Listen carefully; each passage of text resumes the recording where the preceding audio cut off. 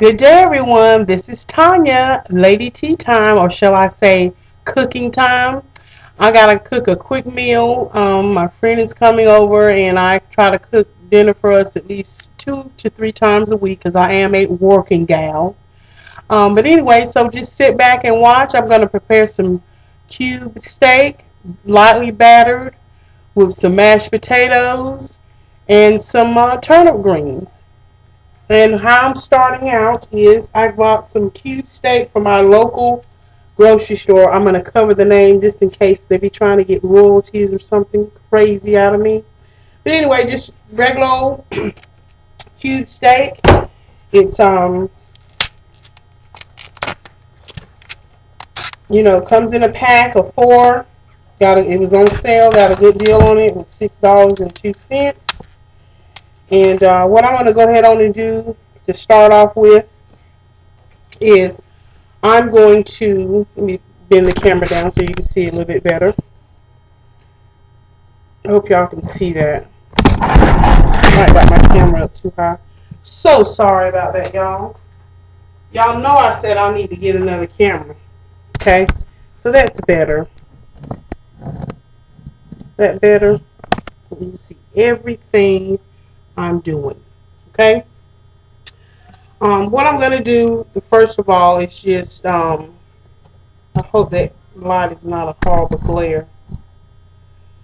I'm going to season. I'm going to get salt, pepper, McCormick season-on. Okay? Excuse me, Morton. This is by Morton, and it's season-on. Love this stuff. If you're a cook, do not, let me tell you, be cooking without it. I'm going to get some garlic powder. Let's see. And where is my cumin? Gentlemen, if you all are watching, cumin is good for your libido. I'm going to get a little Worcestershire sauce. And I'm telling y'all, I'm going to get upset because I know I've got some cumin. Love cumin. Okay, here we go. And pretty much what I'm going to do, just like any other meat that you season it to your liking. And of course I'm going to season it by putting salt and pepper. Getting them bad boys over.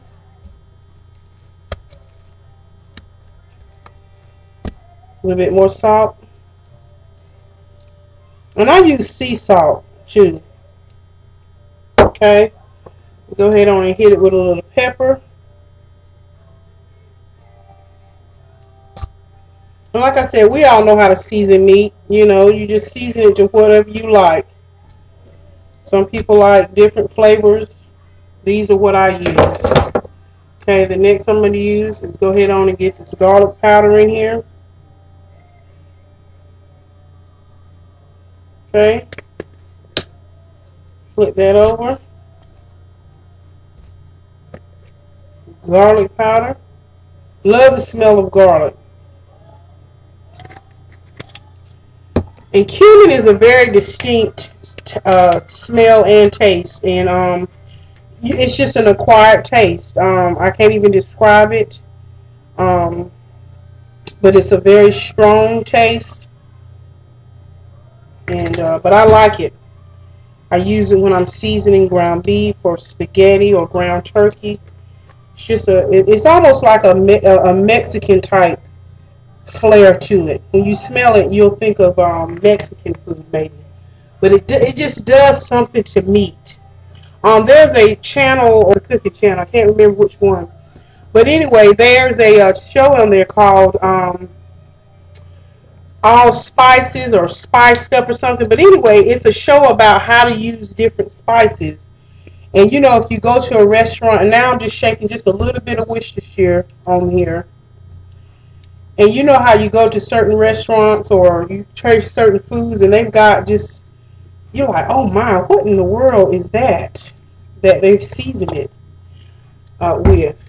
It's just an awesome show that tells you about what spices work with what type meats. just a fabulous show. You need to check it out. Again, like I said, it's called All Spices or Spiced Up, and it's on the Food Network or either the Cooking Channel. My satellite provider is DirecTV, so Food Network is channel 231, and I think the Cooking Channel is 232. But anyway, check them out for that particular show. Okay, like I said, I've got everything on here that I'm going to use. Oops, I forgot my seasoning. Get that in there. And I know it seems like a lot of seasoning, but I'm also going to put some flour over these so it'll give a little bit of a crust, and then I'm going to put it down in some gravy and onions. But like I said, you all will see that. I'm going to go to the sink now and wash my hands. I tell you, thank you God for a job, but I tell you what, this is one of them days. And like I said, I try to, get home and just get a meal cooked. And like I said, this is not going to take me no more than 15, 20 minutes to prep, get everything going. You're good to go. Okay, now, I'm not quite ready to put these in the pan yet because I want to work on something else. Okay, I'm just going to move this stuff out of the way. And it's up to you whether you use a cooking spray to spray your pans. It's just a cooking spray. It's, from the local grocery store in my area. And it's an olive oil spray. This cookware that I bought is from Emerald. I don't know if y'all can see that. Love Emerald. This is an awesome pan. I love it. It doesn't do a whole lot of sticking. Just spray it. It's already coated. I really don't need to spray it. But I just like to put a little olive oil in there for that. Okay. And like I said, I've got all my seasonings, so I'm going to get them up out of my way. Okay. And next thing I'm going to do, just to flour these, I'm going to go ahead and cut the stove on actually. So the pan can be heating up. And just going to sprinkle a little bit, just regular all-purpose flour. Okay. Plain flour.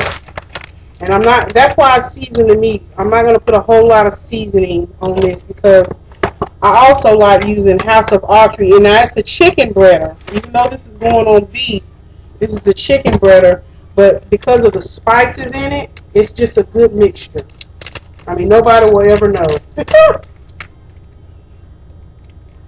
And again, like I said, I'm just lightly going to bread these because I'm going to pour gravy over them with onions and just let it simmer in the pot. Take this off of here. Okay. Okay. And now what I'm going to do is let me get a fork so I can stir it. Get some paper towels. Okay. Now, stir this around just to get the little lumps out of it. So, ain't nothing worse than biting into whether it be when you make a chicken pastry and daggone it if somebody didn't cook the pastry all the way through, you bite down in it and a puff of flour dust comes puffing out your mouth. Talk about embarrassing and mad. Again, I'm just lightly breading these bad boys. No biggie. Okay. Pull my sleeves up. I should have changed my shirt. But you know what? Ain't nothing wrong with looking good while you cook. Okay.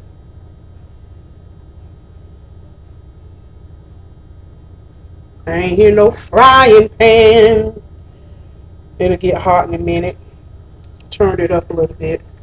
I like biscuits and cornbread and whatnot. Okay. So I got all that in the pan. I'm going to discard of this. Okay. And they're starting to sizzle over there. I may pour just a little bit of canola oil in there just to get a little crust on that bad boy. Ain't nothing better than frying up some cube steak and let a crust form on the bottom of that bad boy, and then you pour gravy over it. Oh, whew. See, I'm a Southern girl, and so, a lot of times we think it's hard to get in the kitchen and cook like a grandmama's used to cook or like a mama cook. No, just find yourself some shortcuts, okay? So I've got my hands washed off, okay? And like I said, I'm going to pour just a little bit of oil in that thing.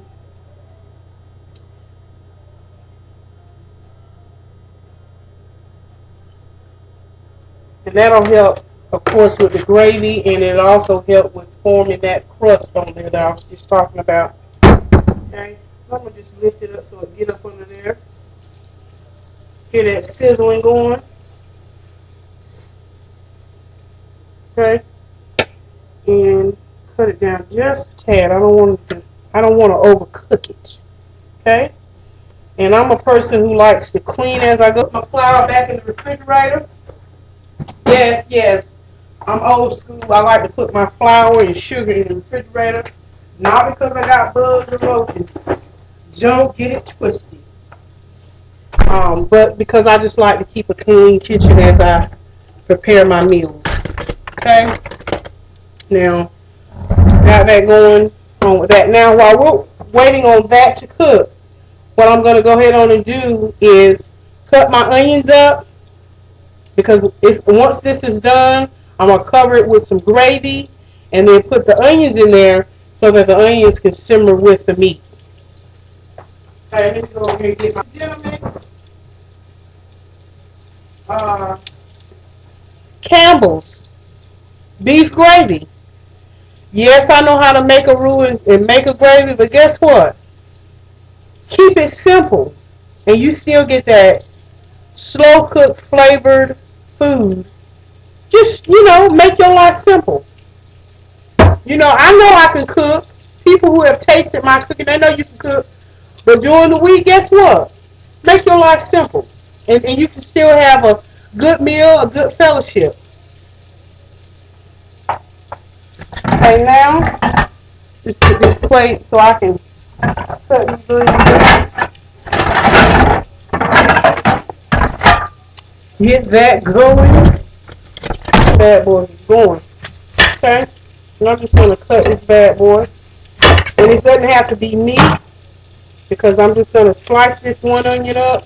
And again, like I said, it's just going to be, and for my onions to be smothered with my cube steak. Okay?